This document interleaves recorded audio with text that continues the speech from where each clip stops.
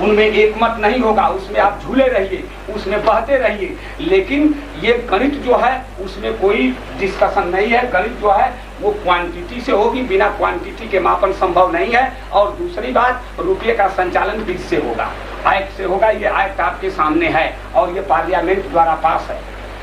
1934 act की बात कर रहे हैं। अच्छा सुनिए, उसके बाद कई संशोधन हुए, क्या सारे संशोधन नेचुरल यूनिट को चेंज नहीं किया जा सकता। ये 1957 का जो है ये सुप्रीम कोर्ट जो है यूएसए का यानी अमेरिका का है, ये जो है डिसीजन है। नेचुरल ये यूनिट है, जैसे ये घड़ी की यूनिट है, इसको आप चेंज नहीं कर सकते। घड़ी का जो समय बता रहा है, जो पल्स, ये सारी जो पृथ्वी जो घूम रही है नेचर पर बना है ना। तो रुपए का जो मापन है प्रॉपर्टी के बदले प्रॉपर्टी का लेन देन, गोल्ड एक नेचुरल वस्तु है। और जैसे जैसे देश काल परिस्थिति और वातावरण किसी भी सरकार को सर्वाइव करने के लिए महत्वपूर्ण अंग होते हैं। अगर आज किसी जमीन की कीमत अगर 10,000 है तो 10 साल बाद 10 लाख होगी। उसी हिसाब से मुद्रा का मूल्य और मुद्रा का संकुचन दोनों एक आवश्यक आवश्यकता है। 10 लाख कैसे होगी? मुद्रा गोल्ड है, प्रॉपर्टी के बदले प्रॉपर्टी का लेन देन होगा। मुद्रा पर जो अंक का प्रसार हो रहा है तो वो तो अंक का लेन देन हो रहा है। सुनिए, मुद्रा गोल्ड नहीं है। क्या है गोल्ड? मुद्रा के अगेंस्ट में gold is a security, is a guarantee. वही मुआवजा है ना। It's not a compensation. There is too much difference between security and compensation.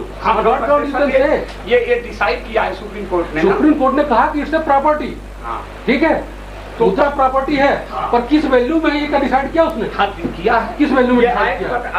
Act में कई संशोधन हो चुके हैं, उसको नहीं आ सकता है। ये एक्ट बता रहा है, ये क्वाइनेज एक्ट 1906-7 बता रहा है। नहीं, क्वाइनेज एक्ट 1934 की बात आप छोड़ दीजिए, 6-7 की बात छोड़ दीजिए।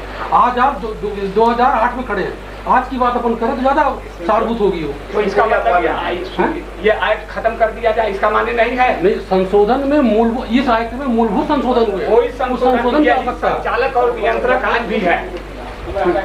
ये संचालक नियंत्रण की बात नहीं कर रहा हूँ मैं।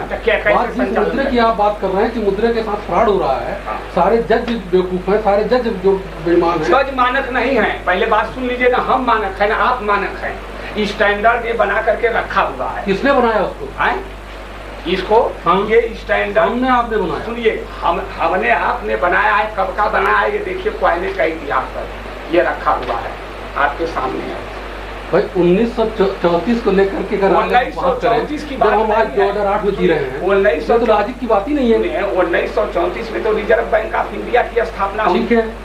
लेकिन ये स्टैंडर्ड जो बना है, इसका कब से बना है, कितना इतिहास है, ये दिया गया है।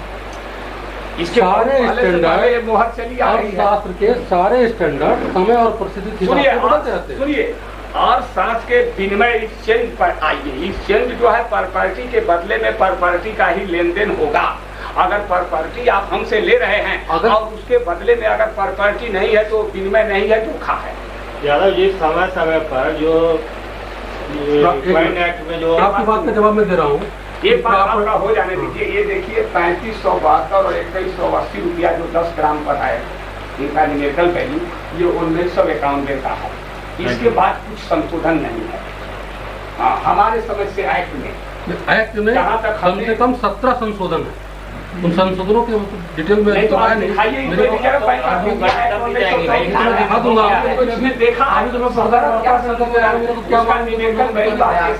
और दूसरी बात, प्रॉपर्टी के अगेंस्ट में प्रॉपर्टी, ये ठीक बात है, पर जैसे मान लीजिए अगर आपकी प्रॉपर्टी वैल्यू में आंकड़ी जाती है कि 10 लाख की है, तो मैं 10 लाख के अगेंस्ट में दूसरी प्रॉपर्टी दूंगा, ये विनिमय हुआ। इसका मतलब ये नहीं कि मुद्रे के मूल्य में अवमूल्यन नहीं होगा, स्थिति नहीं होगी, मुद्रा अवमूल्यन नहीं होगा, संकुचन नहीं होगा। ये तो हास्यास्पद बातें लग रही है, या आप अपने आप को प्रस्तुत नहीं कर पा रहे हैं। मैं नहीं कर रहा हूँ, आपके सामने एक्ट रखा हुआ है और सारी बात को छोड़िए, टू द एक्ट इनको चलना है। ये अर्थशास्त्र के जो है पचड़े से ज्यादा ऊपर उठ करके विधि का शासन है। ये रुपए का संचालन का केंद्रीय bank, reserve bank of India भारतीय अर्थशास्त्र की पद्धति के हिसाब से चलता है। भारतीय अर्थव्यवस्था के बारे में पूर्णतः जानकारी होने के उपरांत यदि आप ऐसी बात कर रहे हैं तो इस पर मुझे विचार करना पड़ेगा कि आपके सिद्धांत किस रूप में जा रहे हैं। सुनिए, या तो आप अपने उस बात को प्रस्तुत नहीं कर पा रहे हैं, अदरवाइज ये जो बात इसमें कह रहे हैं ये टोटल हास्यास्पद लग रही है। हाँ, आपको हास्यास्पद है ना। मैं कह रहा हूँ कि reserve bank of India act 1934 के तहत रिजर्व बैंक को चलना है।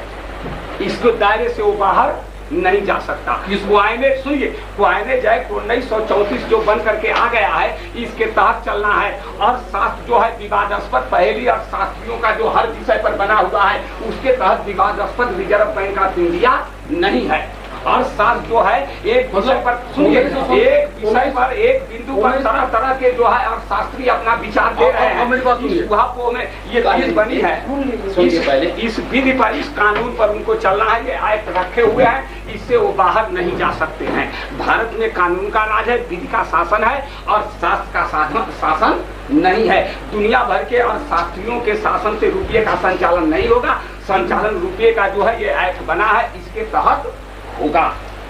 अब ये बात अगर सारे शास्त्री बेकार है, सुनिए, मैं नहीं, ये संविधान बेकार है, ये सुप्रीम कोर्ट इसलिए 1947 को बनाया, ये सारी बेकार हो गई। अरे ये नहीं बन रही है, मूल्य वैल्यू भी तो काल्पनिक हो गई, कंपनी कहाँ हो गई, कंपनी क्यों नहीं, कहाँ